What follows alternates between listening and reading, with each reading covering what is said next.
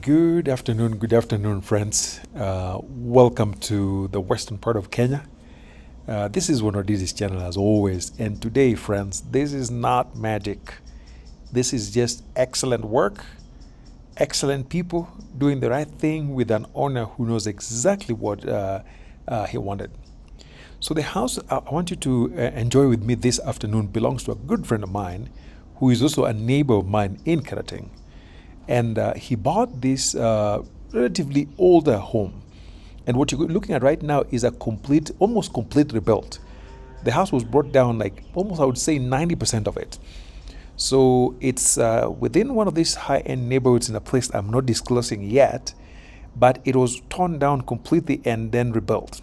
The original house was a very simple 3-bedroom, single floor, not a whole lot going on with it.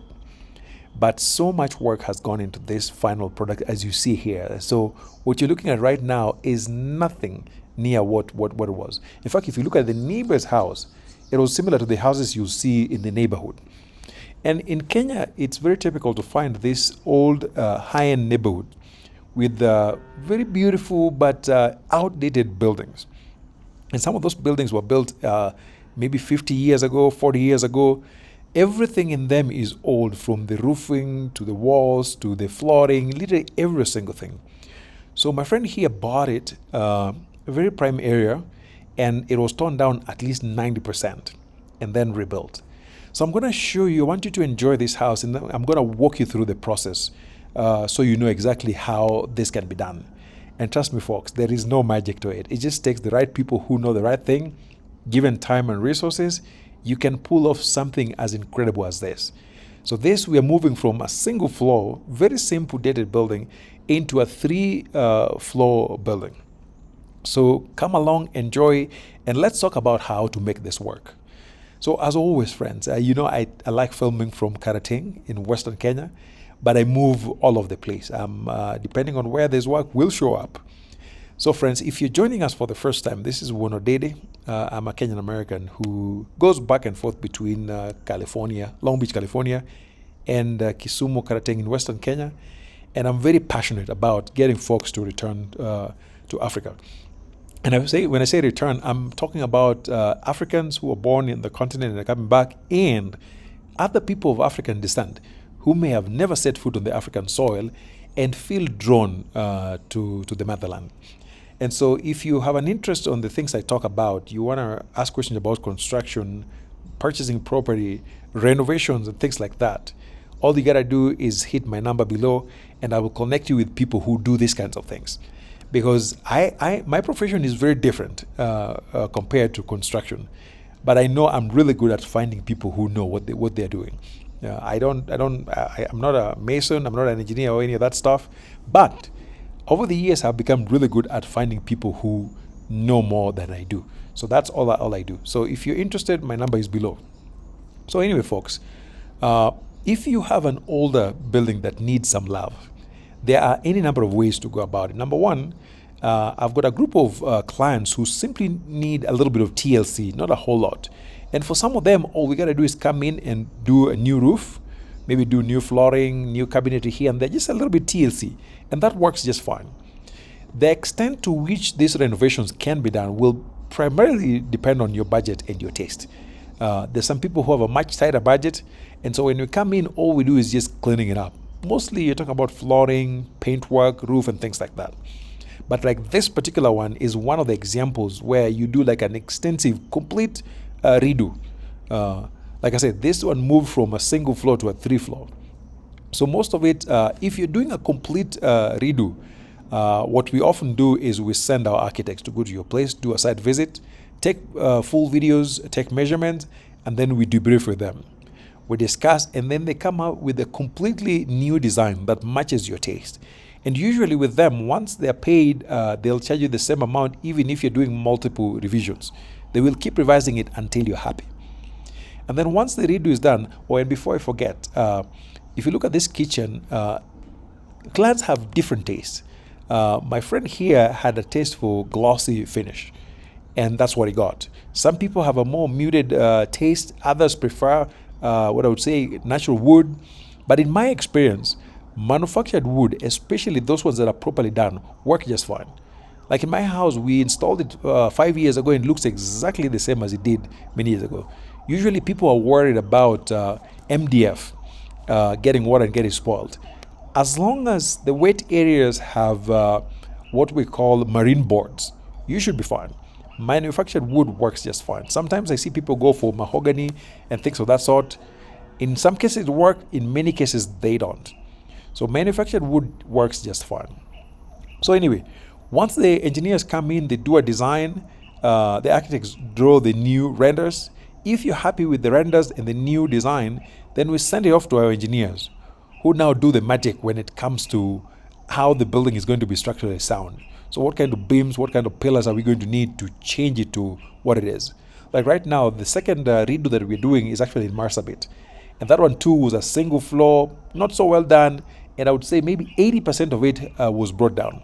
And soon enough, I'll be sharing with you a video so you see what it looks like. But yes, these complete redos can be done. It just depends on your budget, how far you're willing to extend. But the reality is, anything construction, at least to the extent that I know in Kenya, if you're doing anything quality, it's going to cost money. So you must be willing to pay for what you're looking for. So the cheaper you go, the cheaper you get stuff. Because the nice thing about the Kenyan market is that no matter what you're looking for, whether it's tiles, whether it's paint, whether it's roofing, you will find a very wide variety of stuff. From what I call El Cheapo all the way to high-end stuff. And the reality is, the cheaper it is, the more the higher the chances that you're going to get something that is not so good. And then, of course, when you're talking about things like gypsum lighting, some people like a lot of lights, but the majority of the clients I work with don't care for too much lighting. Just a little bit of light is enough. Personally, like in my house, it's going to have to be done because there was probably a lot more light than I would care for. Like you see in this case, the client here only put like a strip light, and they are good to go. Some people want busier spaces, but the majority of people we work with don't care for too much light, different colors and all that. Just simple lighting here and there, and we're good. And I'm going to show you something really unique with these stairs. The stairs, I'll come back once I go to the bathroom. The stairs actually made of granite. Because a lot of the times people are used to doing tiles or doing wood for the stairs, but this is a very particular type of granite that has a layer in it that I'm going to show you as I walk out. And one thing I like about some of these vanities, like this one here, it is 100% accessible. Because if you're using a wheelchair, it's very easy for you to stick your feet underneath. So these kinds of vanities are not just for the beauty of it. These are some of the most accessible vanities in the market. So now take a look at the stairs. You see that strip in between the black layers. There's one guy that does it for us, and he's so good at his work. And so when it comes to stairs, you have many options. You can do tiles that have grooves on them. You can just do regular tiles. You can do wood. You can do granite. Your options are unlimited. And so typically when we work with the clients, my job is simply to give you options that we know about, or if you have options we don't know about, we welcome suggestions, and then we'll figure it out. But these guys are so good at what they do. Sometimes it's almost impossible to capture the true beauty of these houses in a single video. So after the design is done, then the builders break it down. And we often start with the basic structure, where they give you the cost for the foundation work, the walling, and the roof. And they separate materials from labor. So that way, if you want to buy your own materials, no problem. Go bring materials, we will manage the fundis for you. But some people say, hey, do both, which is fine. But a good number of our clients tend to bring materials. So then you bring your materials, and then we start step by step. So the first phase is often the foundation work. And like these ones, typically we have to drill down and do the mechanical works that is going to make this building structurally sound. So once all that is done, all the structural works, you're building the wall, the modification, you bring it down, and then the roof is done. So once the structure is done, then at that point, you have the option of either giving us ideas as to how you want the interiors to look like. In fact, in some cases, I've got clients who simply ship stuff from abroad, and then we install. But if you're not sure what to do, this is when we bring in our interior designer. And those two guys, I've got two young guys who are really good at what they do, and they don't cost a whole lot. Many years ago, I used to run into very expensive interior designers. Our guys are so good. The other thing to point out, look at the walls. These 60 by 120 tiles pop so nicely you have no idea. If you look at both the flooring and the wall, the backsplash in the kitchen, all that was used here is a 60 by 120. Those large tiles pop so nicely, like you have no idea. Uh, and again, with tiles, my experience has been the smaller tiles often don't look too good, but if that is what you prefer, no problem. Now, once the interior are designed and you're happy with it, if you're in Kenya, I always send folks, hey, go to the shops that we buy stuff from. Go take a look at stuff, pick what you want, look at the prices, and tell us what you need.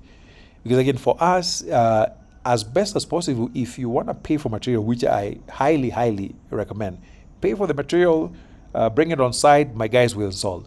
It makes work so much easier. But those who don't have the systems to do that, we are more than happy to coordinate. In fact, sometimes I've got clients where I simply give you the numbers of our vendors, you call them, you order and you pay, and then the stuff is delivered.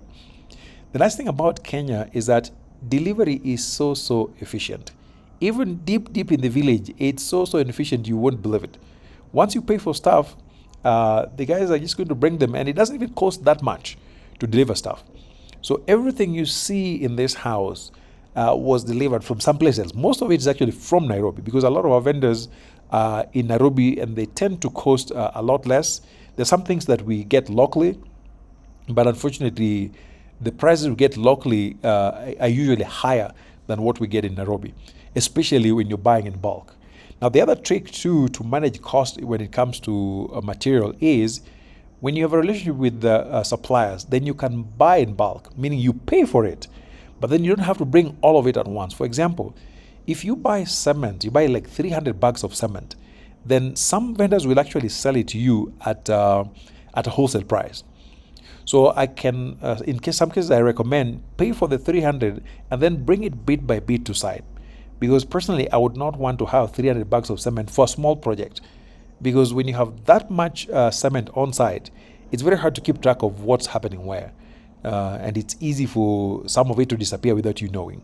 So it's okay to pay for stuff in bulk, get a discount on that, and then bring it on site bit by bit. All right, folks, I think that'll be it for this house, and I will see you in the next. Bye.